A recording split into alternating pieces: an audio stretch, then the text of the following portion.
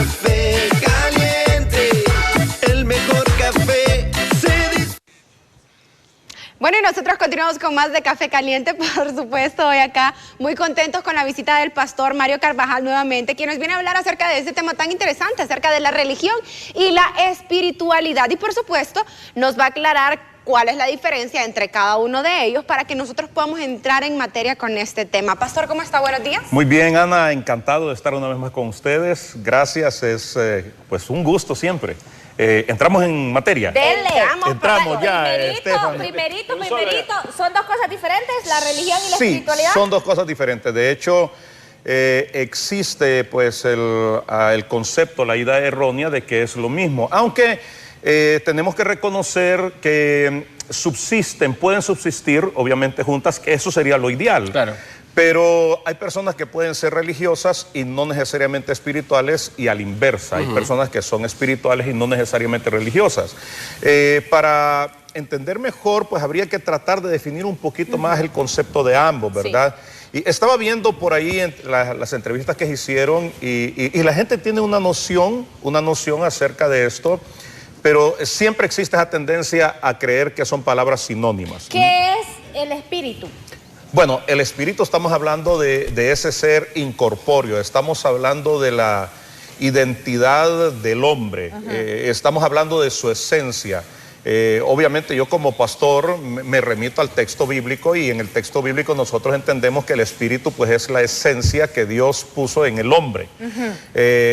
A la luz de las escrituras es más real lo espiritual que esto físico y visible, ya que las escrituras enseñan que este mundo que nosotros vemos procede del mundo que no vemos. Así es. Correcto. Ahora, pastor, bueno, es un tema bastante amplio, sobre todo porque sabemos que este tema trasciende desde años, miles de años, a miles de años.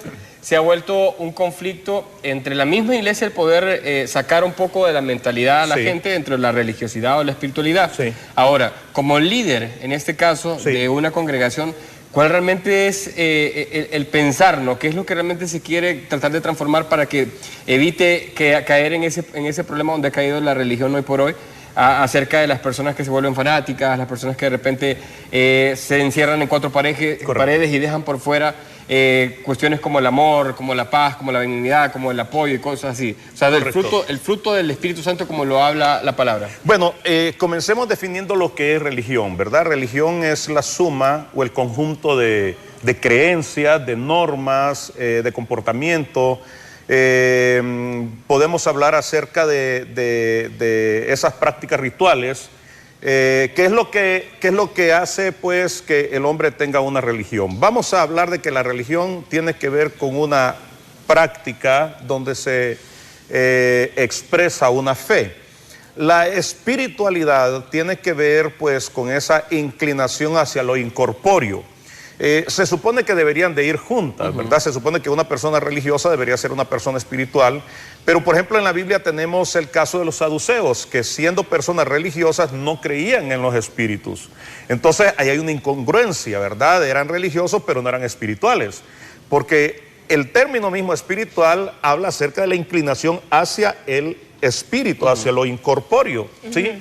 Entonces el asunto es que hay personas que pueden ser religiosas, pueden tener creencias, pueden tener normas de conducta y no necesariamente estar viviendo una vida espiritual. Mario, dígame. Fíjese que yo tengo una pregunta bien curiosa. Sí. Sabemos que hay varias religiones, ¿verdad? ¿Cómo no? Como ser la evangélica, católica, musulmana, adventistas, entre varias que podemos encontrar, ¿verdad? A nivel mundial. Sí. Pero estamos hablando que cada persona que está en su religión maneja un espíritu completamente diferente. ¿Por qué se da esto si al fin y al cabo amamos y creemos en un mismo Dios o en un mismo Jesús? Okay. ¿Por qué? Me imagino que cuando hablas y dices manejan un espíritu diferente, te refieres a Dios, ¿verdad?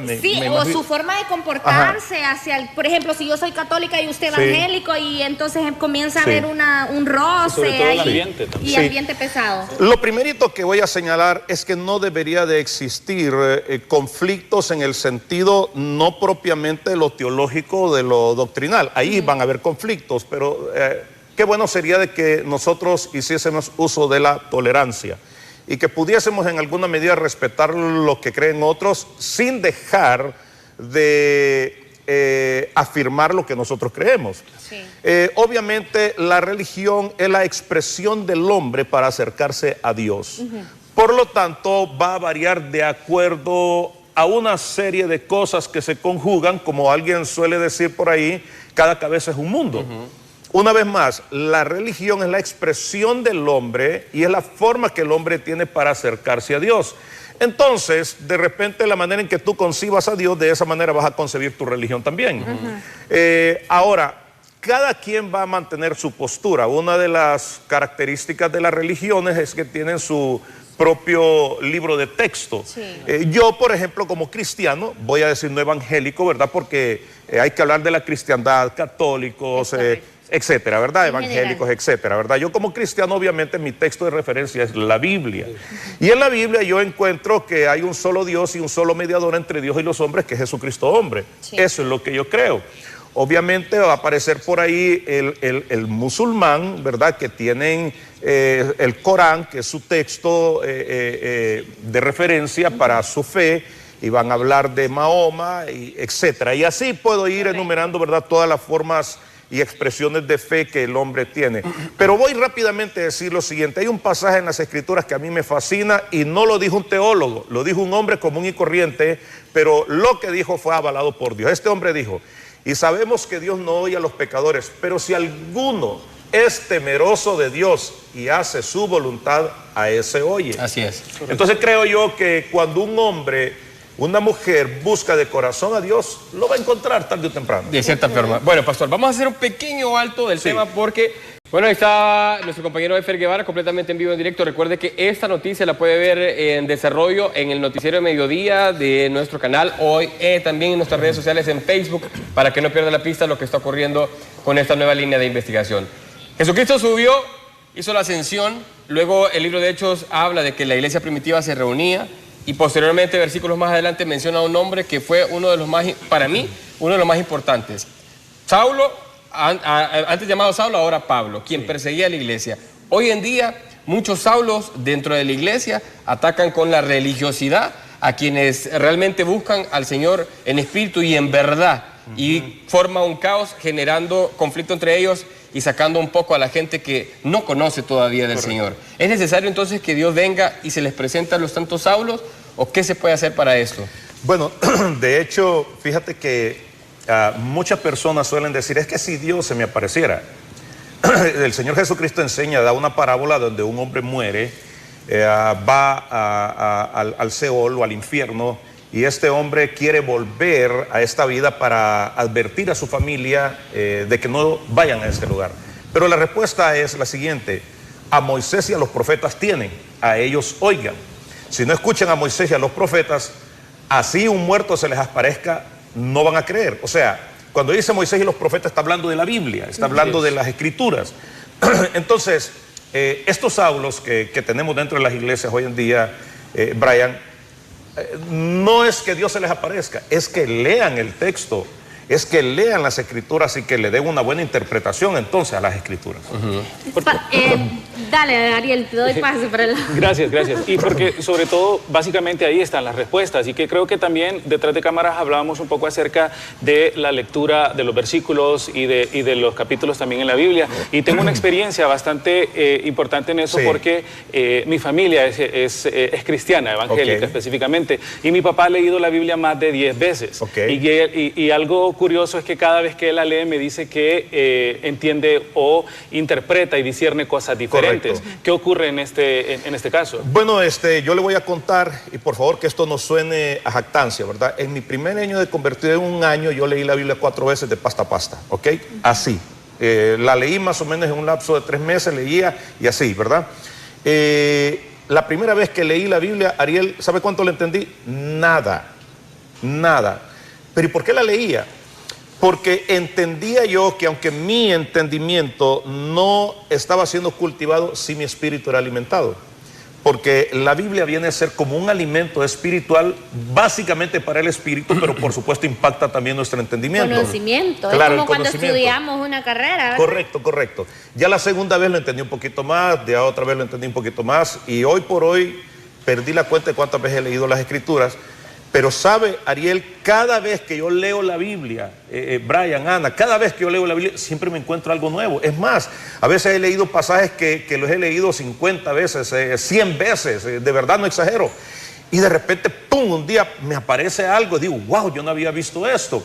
¿Por qué? Porque la Biblia dice, la misma Biblia dice, Marcos 13:31, dice, el cielo y la tierra pasarán, pero mis palabras no pasarán. O sea, la Biblia siempre tiene vigencia, es actual. La Biblia no ha pasado de moda, siempre va a tener algo para el hombre. Entonces es muy comprensible lo que estás diciendo, y aplaudo el hecho de que tu padre haya leído 10 veces mínimo la Biblia, porque hay gente que en 20 años en una iglesia jamás la ha leído ni una vez. Ni un libro. No, y eso es lo que pasa, que yo crecí en una familia evangélica, mis papás tienen cargos y mi mamá, mi abuela, Sí. todo el mundo. Pero Yo no tengo sí, ninguno. estoy todavía, yo tuve uno, pero por cuestiones de tiempo sí no seguí No continuó. con una célula infantil. Ok.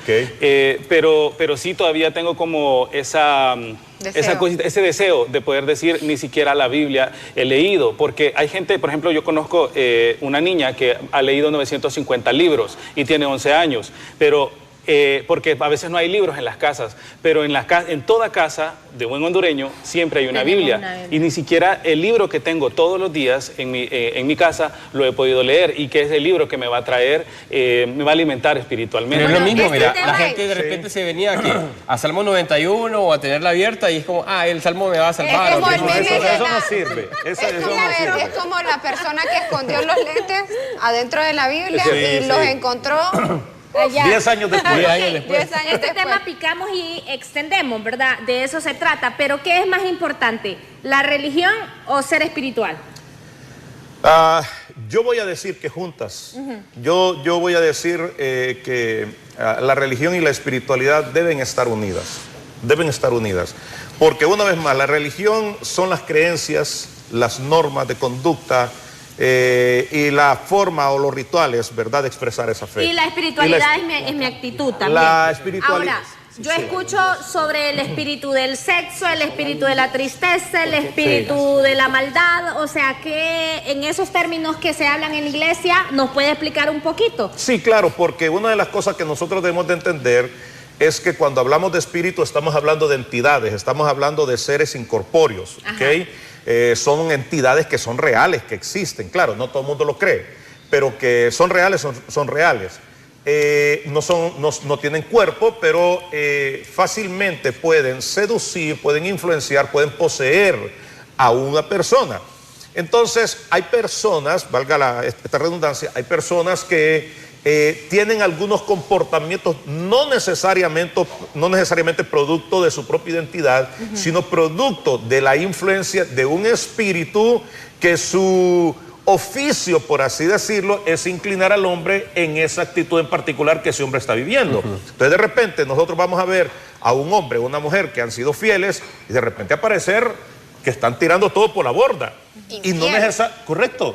Y no necesariamente porque él o ella haya sido así, sino porque hay un espíritu que está influyéndole. Ahora, espero que no todo el mundo... ¿y qué tal que Espero que sea no todo el una- mundo vaya a aparecer y diga, ya que entiendo por qué soy Mario, así. Va. y pero No ¿qué se tal trata que de sea eso. una decisión que tomó la persona? Porque ya Por eso se- lo acabo de se decir, ocurrió por eso lo acabo de decir, Ajá. para que no vayan a aparecer un montón diciendo, no, bueno, yo lo hice porque es espíritu. No, obviamente, está lo que es la actitud del corazón del hombre, Claro. y está lo Las que es decisiones. las decisiones, obviamente, pero también Ok. están las influencias de los Pastor, espíritus. a mí se me ocurre, escuchando de todo, porque yo Sí. ayer estaba como nerviosa y yo, religión, espiritualidad, y no me sabía, o sea, no daba con la ecuación no respuesta, salía, pero yo no decía, salía.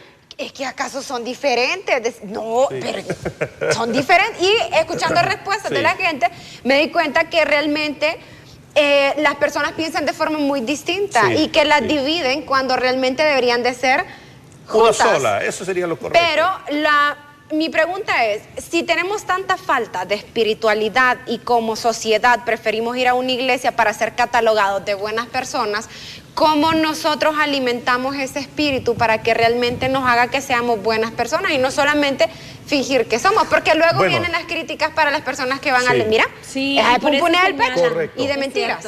Correcto, bueno. Lo primero a señalar es lo siguiente. En primera instancia, la relación con Dios debe ser algo personal. Si alguien va a procurar acercarse a Dios para que los demás les vean, está cometiendo un gravísimo error, ¿verdad? Eso no va a funcionarle. Debe ser, repito, algo personal, un trato personal. Por mí mismo yo voy a acercarme a Dios. Ahora, quiero que sepan lo siguiente. Muchas personas con buenas intenciones y con buenas actitudes han metido la pata muchas veces. Sí. Ahora, hay personas también que nosotros de entrada vemos que son una especie de zorro en un gallinero. ¿Sí me doy a entender? Sí. Pero hay personas también que son honestas, son genuinas y fueron débiles en algún momento. Todas estas cosas tenemos nosotros que saberlas catalogar. Pero la idea entonces, Ana, es hagamos las cosas para agradar a Dios y no a los hombres. Bueno, Mario, este tema es muy bonito, importante. ¿A dónde lo encontramos, Pastor? ¿En sus redes sociales? Bueno, Pastor Mario Carvajal, Carvajal con V, Pastor Mario Carvajal, ahí Carvajal con V, y pueden buscarme también en Instagram como Mario JCM. Bueno, mi querido Mario, es un placer, este es su casa, Gracias. usted sabe, y para nosotros es un placer tenerlo aquí con su tiempo Gracias. y disposición hablando de estos temas tan importantes para nosotros y nuestros televidentes. Nos despedimos, nos vamos a la pausa comercial, ya regresamos con más aquí en Café Caliente. Perdóname, chiquilla, soy un perro y me